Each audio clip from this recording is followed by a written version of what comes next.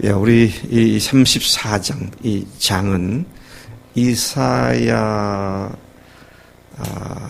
이사야서가 66장으로 되어 있는데 모든 장들에 비해서 어떤 장들보다도 피와 불, 패망, 고통 이런 것들로 또 들짐승들의 울부짖는 소리 등으로 가득 찬 무자비한 심판의 모습을 예언해주고 있는 챕터입니다.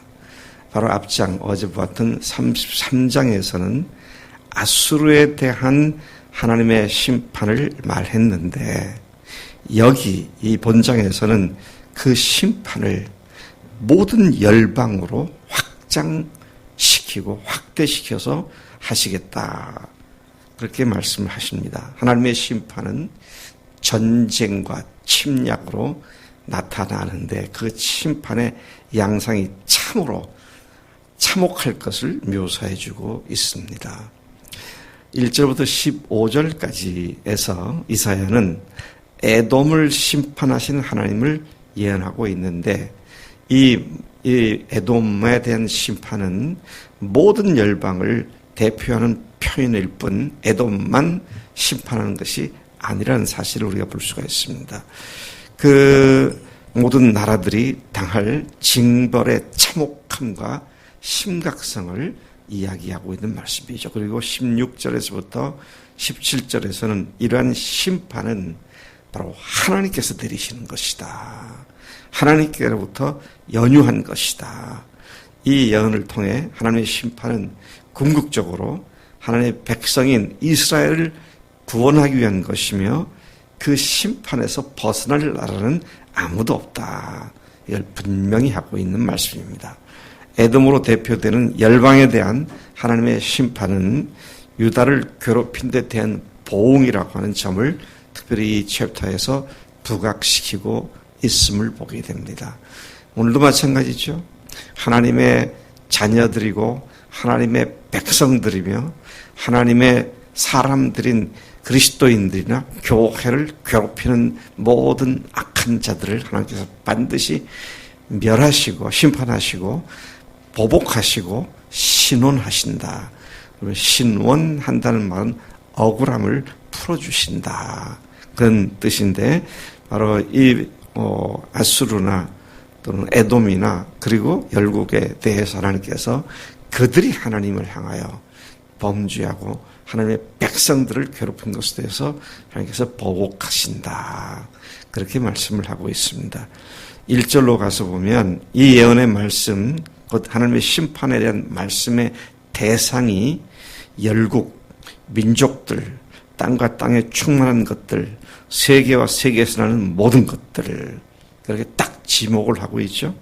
또 2절에서 이걸 다시 한번 확인을 합니다. 대저 여호와께서 열방을 향하여 진노하시며 그들에 대한 이러한 하나님의 심판은 참으로 무시무시한 것이 될 것이라고 말씀하십니다. 2절에서 보면 그것은 그들의 군대를 향해 분내시고 진멸하시고 살육하게 될 것이다. 그렇게 말하죠. 3절에서도 살육당할 자, 살육당한 자의 시체를 던져서 그 사체가 썩어서 악취가 진동을 할 것이고 얼마나 많은 피를 흘리게 될런지 하나님께서는 산들을 녹이는 피라고 그렇게 무시무시한 심판이 있을 것을 말씀하고 있죠. 4절을 보니까 하늘이 두루마리 같이 둘둘 말릴 것이고 하늘의 만상이 쇠잔할 것이다. 만상이 뭡니까? 그 난화주에 보면 1월 성신이라고 말했습니다. 해와 달과 별들이 빛을 잃게 될 것이다. 세계에서 가장 맑은 하늘을 자랑하는 것 중에 하나가 미국의 캘리포니아입니다.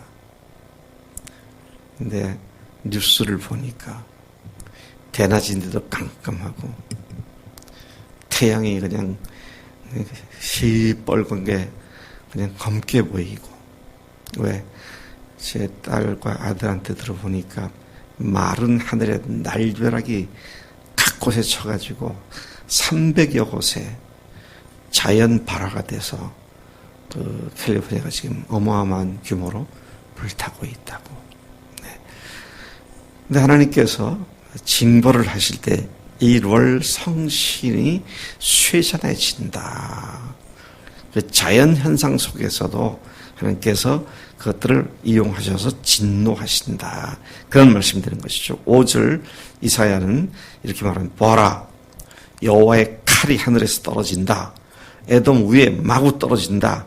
판결에 따라 전멸될 백성 위에 떨어져 그를 심판할 것이다. 그렇게 말하죠. 6절, 7절을 공동번역을 인용해서 제가 인용해 보았습니다. 한번 들어보세요. 여호와의 칼에서는 피가 뚝뚝 떨어지고 기름이 엉긴다. 양 새끼와 숫 염소의 피로 물들고 숫 양의 콩팥 기름으로 쩔었다. 보스라에서 야훼께 희생제를 드리고 에돔 땅에서 일대 살육제를 올리는 날, 그날 7절 들소들도 함께 쓰러진다. 황소들도 젊은 소들도 쓰러진다. 그 피로 땅은 흠뻑 물들고 그 기름으로 먼지가 젖는다. 얼마나 참혹한 참상들이 발생하게 될지를 이야기하고 있는 것이죠. 근데 이런 일들이 왜 일어난다고요?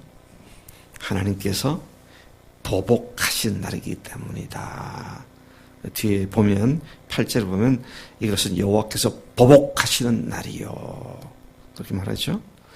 또 시온의 송사를 신원하시는 해다. 시온에서 하나님의 백성들의 억울함을 풀어주신 그때다. 그렇게 말합니다. 하나님이 보복하시고 하나님의 백성들의 원한을 풀어주시는 그런 날에 이런 어마어마한 참혹한 하나님의 징벌이 이루어질 것이다. 그렇게 말씀을 하고 있습니다. 여기에 분명한 그들의 답하게 될 재앙의 이유가 하나님의 보복 때문이다. 그렇게 말씀을 한 것이죠. 8절 다시 읽어보면 이것은 여호와께서 보복하신 날이요 시온의 송사를 위하여 신원하시는 해라.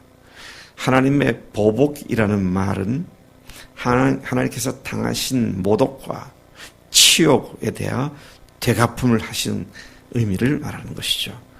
오늘날도 우리나라에 심지어 요즘은 정치 지도자들, 국회의원들, 또 국무위원들, 이 사람들이 무지막지한 무신론자들이 되어갖고 애나 어른이나 할 것 없이 하나님을 잘 알지도 못하면서 신석모독적 발언을 거침없이 내뱉고 언론에 그대로 보도가 되고 있는 그런 무서운 세상에 우리가 살고 있지 않는가. 참 그런 생각을 하지 않을 수 없습니다. 기독교를 적폐라고 말을 하고 혐오한다. 기독교를 혐오한다. 그런 말을 한다든지 참 그 대표적인 죄송합니다. 제가 이렇게 아침부터 욕을 해서 안 되는데 그 사람만 나오면 욕이 나와요. 예. 돌대가리. 그래서 아호가 돌이잖아. 돌. 그냥 돌도 아니야. 돌. 예. 욕이 나와. 김용옥이에요. 김용옥. 욕이 나와요. 하나님의 말씀을 제대로 알지 못하면서도 제가 통달한 사람인 것처럼 그 말씀을 가지고 오히려 하나님을 모독하는 이야기를 전 국민을 대상으로 인터넷 강의에서 내뱉고 쏟아내는 그런 모습을 볼 때 막 피가 거꾸로 솟는 그런 경험을 하게 됩니다. 근데 요즘은 돌이 문제가 아니라 학교에서 유치원서부터 애들에게 그렇게 가르치잖아요. 이 나라가 망조가 들어도 단단히 망조가 그 나라 같아요. 이게 얼마나 두려운지 모르겠어요. 하나님이 안 계시다. 하나님은 없다. 라는 기초 위에 참으로 기가 막힌 교육을 우리 자녀들에게 아무것도 모르는 어린아이들부터 하나님은 없다는 그 기초 위에 참으로 기가 막힌 교육을 실시하고 있는 것이 아니냐. 글쎄요. 교육감들을 다 그런 사람들 뽑아놨고, 그러니 뭐 서울시에서도 제가 거기에 민주시민교육이라는 책자를 만들어서 그걸 갖다가 교과로 쓰겠다고. 하여튼 기가 막힌 교육을 실시하고 있는 이 오늘의 현실을 보게 됩니다. 하나님은 그러한 죄악들을 어떻게 하신다고요? 반드시 보복하신다 그랬습니다. 이러한 정책과 법을 만든 천년만을 갈 것 같습니까? 아니, 반드시 하나님께서 보복하신다. 그 모든 죄악의 근원인 마귀부터 철저히 하나님께서는 보복하신다. 어떻게 해요? 그놈을 잡아다가 영원히 꺼지지 않는 불에다 집어넣는 그런 보복을 하시겠다고 말씀하셔요. 9절부터 15절까지 그 보복의 실상이 아주 세밀하게 묘사되어 있습니다. 9절 보니까 에돔의 시내들이 역청이 되고 그 티끌은 유황, 그 땅은 불붙는 역청이 되며 밤낮 꺼지지 않고 연기가 끊임없이 나고 인간이 다니지 않는 영원한 황무지가 될 것이다. 당하새, 고슴도치, 부엉이, 까마귀 같은 부정한 새와 짐승들의 거처가 될 것이다. 그것은 혼란의 줄과 공허의 추가 있을 것이며 12절 나라를 세울 지도자나 인재가 없어지겠고 13절 그 궁궐에는 가시나무가 그 견고한 성에는 엉겅퀴와 새품이 자라 승냥의 굴 타조의 처소가 될 것이며 14절 들짐승들 이리 수염소 올빼미 부엉이 솔개가 모여 사는 곳이 될 것이다. 그러니까 완전히 들짐승들이 바글거리는 우글거리는 그런 아주 황무지가 되고 말 거다. 어떤 것이요? 하나님의 보복을 받는 것들이 그렇게 될 것이다. 그렇게 말씀하시죠. 역사적으로도 보면 지금 에돔과 주변에 있는 나라들 정말 사람 살기 어려운 광야와 황무지가 대부분이죠. 16, 17절 말씀 여기 보면 이 말씀을 많은 사람들이 잘못 인용하고 오용하고 있는 것을 보게 되는데 새 번역으로 제가 읽어보겠습니다. 주님의 책을 자세히 읽어보아라. 이 짐승들 중 어느 것 하나 빠지는 것이 없겠고 하나도 그 짝이 없는 짐승은 없을 것이다. 주님께서 친히 입을 열어 그렇게 되라고 명하셨고 주님의 영이 친히 그 짐승들을 모으실 것이기 때문이다. 주님께서 친히 그 짐승들에게 땅을 나누어 주시고 손수 줄을 그어서 그렇게 나누어 주실 것이니 그 짐승들이 영원히 그 땅을 차지할 것이며 세세토록 거기에서 살 것이다. 심지어 하나님은 그 땅에서 살게 될 부정한 짐승들조차 그분이 정하신 이치에 따라 그곳에서 살게 하신다. 근데 이 말씀을 어떻게 잘못 인용했냐면 하나님 말씀은 다 짝이 있고 자세히 보면 그 말씀이 어느 거 하나 짝이 없이 되어 있는 것이 없고 다 짝을 이루고 있다. 기가 막힌 오해고 잘못된 번역이죠. 예. 그래서 하나님 말씀은 다 정밀하고 정교해서 다 짝을 갖추고 있다. 근데 여기 잘 보세요. 여기 작은 성경에서 말하고 있는 부정한 짐승들을 얘기하고 있는 겁니다. 여기 나온 짐승들 다 부정한 짐승들이에요. 네? 구약에서 특히 어디입니까? 레위기에서 부정한 것 먹지 말라. 그랬을 때 나와 있는 들짐승들의 명단이 여기 다시 나와 있는 거예요. 그리고 그것들이 살 수 있는 지역들을 하나님께서 다 정해주셨다. 그런 말씀인데 성경 말씀들이 다 짝이 있어서 짝을 찾아서 자세히 읽어야 된다. 이런 식으로 해석을 과거에 많이 했습니다. 근데 그렇지 않습니다. 이것은 그렇게 말을 한다면 본문의 전체적인 문맥 속에서 전혀 어울리지 않는 생뚱맞은 해석이 되고 맙니다. 참 우리가 성경을 전체 맥락 속에서 이해하는 것이 너무도 중요하죠. 근데 이건 하나님께서 심판하신다고 하나님께서 보복하신다고 하신 말씀 뒤에 나오는 부정한 짐승들이 그 땅을 차지하게 될 거다. 거기에 지금 나오는 말씀인데 우리가 성경을 잘못 내가 알고 있는 지식으로 오해를 해서 해석을 하면 큰 실수를 할 수 있다. 이런 사실을 우리가 잘 이해해야겠다는 것입니다. 오늘 다시 우리가 이 말씀에서 분명하게 마음속에 깊이 새겨야 할 것은 하나님은 죄와 악과 불의와 부정을 반드시 심판하시는 하나님이시다. 특히 우리 주변에 하나님을 모독하는 일들에 대해서는 하나님께서 반드시 심판하시되 철저히 심판하신다. 그리고 그분이 신원해 주신다 그랬으니까요. 우리가 참 이 말도 안 되는 그런 일들과 싸우는 것이 참 어떤 때 보면은 필요한 것 같기도 하지만 어떤 때 보면 또 어리석은 일 같기도 하고. 왜? 나도 똑같이 휘말려서 똑같이 돼버리니까. 그래서 우리가 다시 한번 나라를 위해서 악한 법을 만들지 않도록 우리가 기도하는 것이 너무도 중요하다.